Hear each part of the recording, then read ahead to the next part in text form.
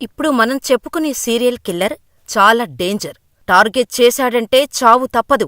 Railway station వద్ద ఒంటరిగా ఉన్న మహిళలను, వృద్ధులను చూశాడా? చెప్పలేని ఆనందంతో ఈరోజు నా పంట పండింది అనుకుంటాడు. వారిని గమనించి వారినే అనుసరిస్తూ ఉంటాడు. ఛాన్స్ దొరికిందా ఒక్క క్షణం కూడా ఆలస్యం చెయ్యడు. తన ప్లాన్ వెంటనే అమలు చేసి వారిని దోచుకొని కనికరం లేకుండా హతమార్చేస్తాడు. వెంటనే తన మకాం మార్చేస్తాడు. ఎవరికీ దొరక్కుండా జాగ్రత్త పడతాడు. ఇలా 4 రాష్ట్రాల్లో హత్యలకు పాల్పడి పోలీసులను గడగడలాడిస్తూ తిరుగుతున్న సీరియల్ కిల్లర్ని గుజరాత్ పోలీసులు ఎలా పట్టుకున్నారు? సీరియల్ కిల్లర్ని ఏ తప్పు పట్టించింది? ఆ సీరియల్ కిల్లర్ ఎవరు? అసలు ఎందుకు ఈ హత్యలు చేస్తున్నాడో తెలుసుకుందాం. 2024 నవంబర్ 15న ఉద్వాడ రైల్వే స్టేషన్ సమీపంలో పట్టాలపై ఓ అమ్మాయి శవం నిర్జీవంగా పడి ఉంది. ఆ అమ్మాయిని చూసిన స్థానికులు కంగారుగా పోలీసులకు ఫోన్ చేశారు. సమాచారం అందుకున్న పోలీసులు వెంటనే ఘటనాస్థలానికి వెళ్లి ఎంక్వైరీ చేయటం మొదలుపెట్టారు. అసలు అమ్మాయి ఎవరు? ఇక్కడకు ఎలా వచ్చింది? ఎవరు రేప్ చేసి ఉంటారు? అని అనేక కోణాల్లో ఆలోచిస్తున్న పోలీసులకు ఉద్వాడాలోని క్రైమ్ స్పాట్లో 2 బ్యాగులు కనిపించాయి. ఆ బ్యాగుల్లో ఒకటి కిల్లర్కు చెందింది, మరొకటి అమ్మాయిది. అమ్మాయి బ్యాగులో జెర్సీ, ఒక షాటు దొరికాయి.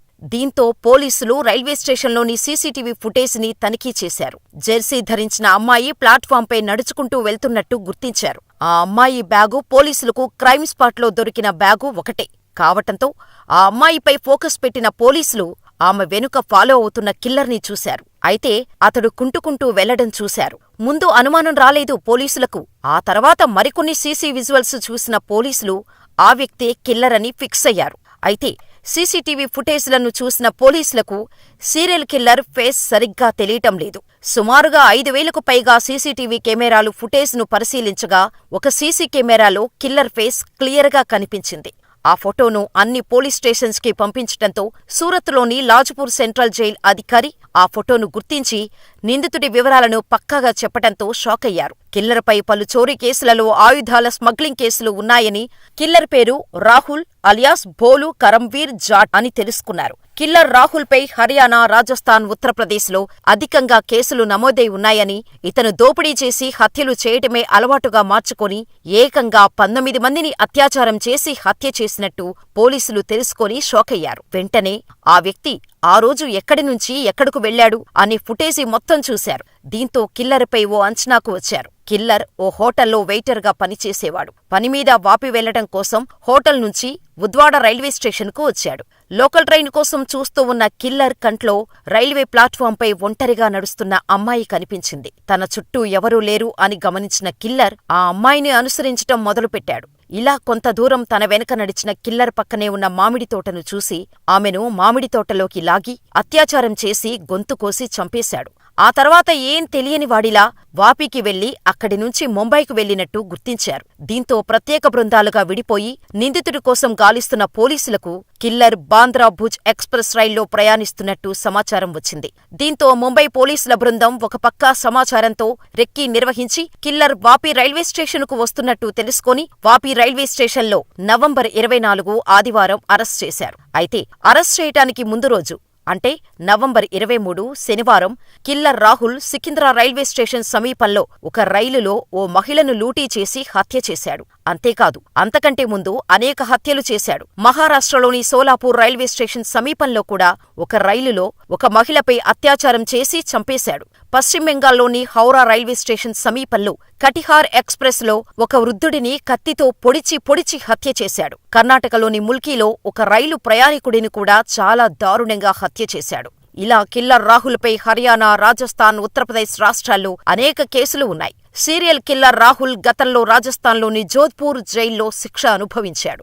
మే 2024లో బెయిలుపై విడుదలై బయటకు వచ్చాడు. మొదట్లో హైవే హోటల్లో పార్క్ చేసిన ట్రక్కులను దొంగలించే రాహుల్ చాలా కొద్ది సమయంలోనే రాజస్థాన్, హర్యానా, ఉత్తరప్రదేశ్, ఉత్తరాఖండ్లో తన స్టైల్ దొంగతనాలతో ఆయుధాల అక్రమ రవాణా చేస్తూ అనేక కేసుల్లో నిందితుడిగా ఉన్నట్టు గుర్తించారు. ఈ సీరియల్ కిల్లర్ కోసం గుజరాత్, మహారాష్ట్రలోని వివిధ రైల్వే స్టేషన్లలో 5,000 సీసీ కెమెరాలను తనిఖీ చేశారు పోలీసులు. అంతేకాదు, రాహుల్ వివరాలను ఎప్పటికప్పుడు తెలుసుకోవటం కోసం, షేర్ చేసుకోవటం కోసం గుజరాత్, మహారాష్ట్ర, పశ్చిమ బెంగాల్, తెలంగాణ, ఒడిశా రాజస్థాన్ పోలీసులు వాట్సాప్ గ్రూప్ క్రియేట్ చేసుకొని కిల్లర్ రాహుల్ని పట్టుకున్నారు. ఇక్కడ మనం తెలుసుకోవాల్సిన విషయమేంటంటే రాహుల్ ఎడమ కాలుకు వైకల్యం ఉంది.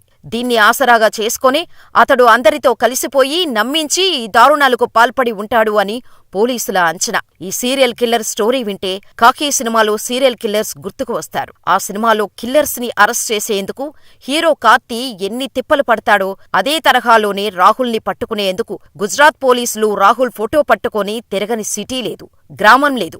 చివరకు కాకీ సినిమాలో ఓ జైలర్ ఏ విధంగా నిందితుల జాడ కనుగొని సమాచారం అందిస్తాడో అదే తరహాలో ముంబై జైలర్ గుజరాత్ పోలీసులకు కిల్లర్ ఆచూకీ తెలిపి సహకరించడంతో కిల్లర్ రాహుల్ని గుజరాత్ పోలీసులు పట్టుకున్నారు. पार्डी में 14 नवंबर को जो 19 साल की लड़की की दुष्कर्म और हत्या का जो केस था उसमें 24 नवंबर को अक्यूज़ को पकड़ लिया गया है।